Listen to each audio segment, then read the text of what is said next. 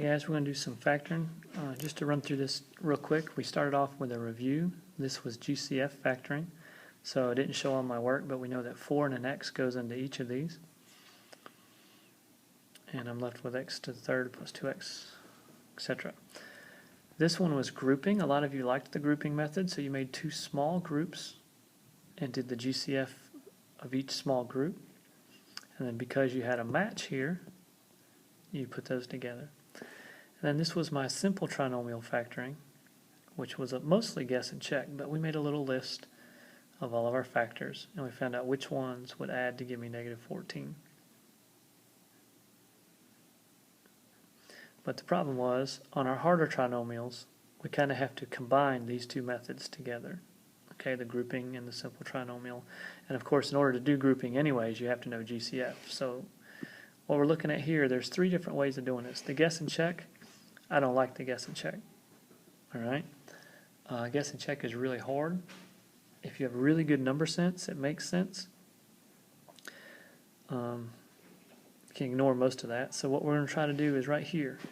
Okay, this stuff in here, you can ignore this right now. But I'm trying to figure out, hey, does 2 and 3, you know, this is how I did those simple ones, but 2 times 3 doesn't give you 3, does it? So that doesn't work. So it's guess and check. You're going to get these wrong a lot. You got to keep guessing. So I ask myself, hey, how do I get 2x squared right there? So these have to be x and 2x. There's no way about that. How do I get the L, the last term? It has to be a 3 and a 1. So check this in your head. Does this work? When you multiply these 2 binomials, does it give you this? The answer is no, it doesn't. So maybe try switching them. In that case, it does work. Now the problem with guess and check is it's very frustrating because, as you can tell, you keep getting them wrong and it's very time consuming. So some better methods are going to be our grouping or our box method. So here's the grouping method over here. For grouping, multiply your a times your c and get your factors of 30. And you want to know which one adds up to give you 13. Now you're telling me that 3 and 10 will multiply to give you 30, but they'll also add to give you 13. So what I do is I take this 13 and I break it up into the 10x plus the 3x. Now I chose that method on purpose, and you'll see that in a minute. But 10x plus 3x is 13, so I can split that up into 2 pieces. Bring the rest of it down, and now I hope you see that you've got a grouping problem. So now this is grouping. So now I can just keep going just like I did my grouping from last week.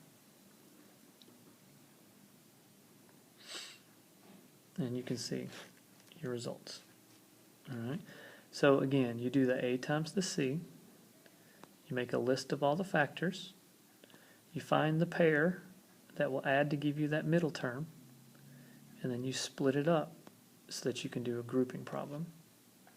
That's called the grouping method. We'll come over here and do the box method. Box method is really just the same thing as grouping, just looks a little different, but it's actually do the same exact work. I still start off a times c, so that part doesn't change. I still list all of my factors. Okay, this time I didn't list them all, I just went ahead and jumped to the answer. Negative 4 times 6 will give me 2. And then I make my box. Okay, in my box, the first term goes in the first box.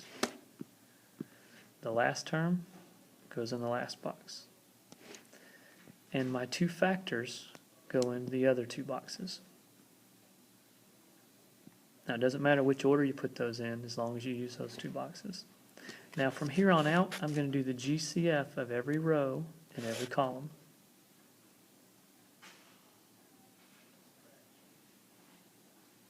And that'll give me my answer. It's exactly the same as the grouping method, it just shows your work in a slightly different way.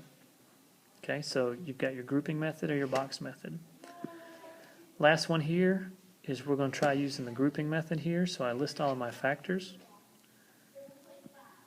Alright, so which one of my factors will add to give me negative 3? And the answer is none. And that does happen every once in a while. If you have no factors, then it's what you call prime. That means that this is not factorable.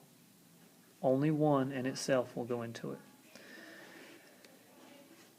come into class tomorrow, give that the best shot on your homework, and let me know if you have any questions.